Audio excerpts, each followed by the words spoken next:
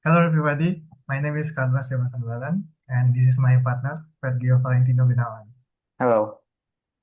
Today, we want to present to you our research with the guidance of Dr. Alexander Agung Santoso Gunawan and Mr. Rilo Chandra Pradana. The title of our research is an empirical analysis of formatting bias in automated LLM-based code assessment. This presentation includes the background, the objective of the study, related literature, methodology, result, and finally the conclusion.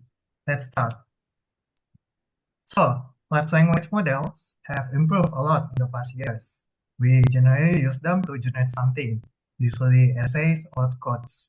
But with how advanced they currently are, we also use them to evaluate codes. Usually, evaluating codes, especially complex ones, needs significant human effort. We have to design specific tests, think of the edge cases, and so on. That's why LLMs have been used as substitutes for assessing codes. However, LLM-based evaluators have raised concern because of how they rely on code patterns rather than the code logic itself. Now, the objective, this study aims to measure the impact of formatting, such as spacing and variable names, on the accuracy of LLM-based evaluators, specifically to determine the influence of formatting on LLM judgment. Is there formatting bias that makes them judge code on a certain way? Also, we want to compare the impact of this formatting influence between C++ and Python languages. Are there any different with language that has gendered syntax or format variant when the LLMs evaluate. Next. Previously, a study by Moon et al. Have looked into some visual biases in LLM-based evaluators, such as authority bias, self-declared correctness bias, and many more. Interestingly, the study shows that LLMs can perform better or worse under the influence of those biases. However, they haven't really looked into the overall formatting of the code, and that's what we want to try to research. For the methodology onward, my partner Vergeo will help present it to you. Okay, thank you, Carlos. So the data we use in this study is collected from the publicly available dataset called Project CodeNet. This dataset contains millions of human-written code compiled from competitive programming platforms. However, for consistency, we only use samples that were submitted to Problem T and E from the AdCoder Beginner Contest. We then took 100 C++ and 100 Python code samples, and among the 100 samples we took for each programming language, 50 of them received an accepted verdict, and the other 50 received a wrong answer verdict. From the 200 selected code samples, we removed the commands and transformed them using Cloud Sonnet 4.6 to simulate the proper formatting with PEP8 and Google C++ style guide. After transformation, each sample will be resubmitted to AdCoder to verify that only formatting has changed and not the code logic. Then each of the original and the formatted samples will be prompted to be evaluated by 3 selected modern LLMs, which are ChatGPT 5.5, Cloud Sonnet 4.6, and Gemini 3.5 Flash. And the result is documented. The analysis will be done in 4 parts, which are effective accuracy, the mean absolute deviation, the programming language influence, and the switch rate. Okay, so after testing, we compile the result into these 3 graphics. And first, let's take a look at the evaluative accuracy.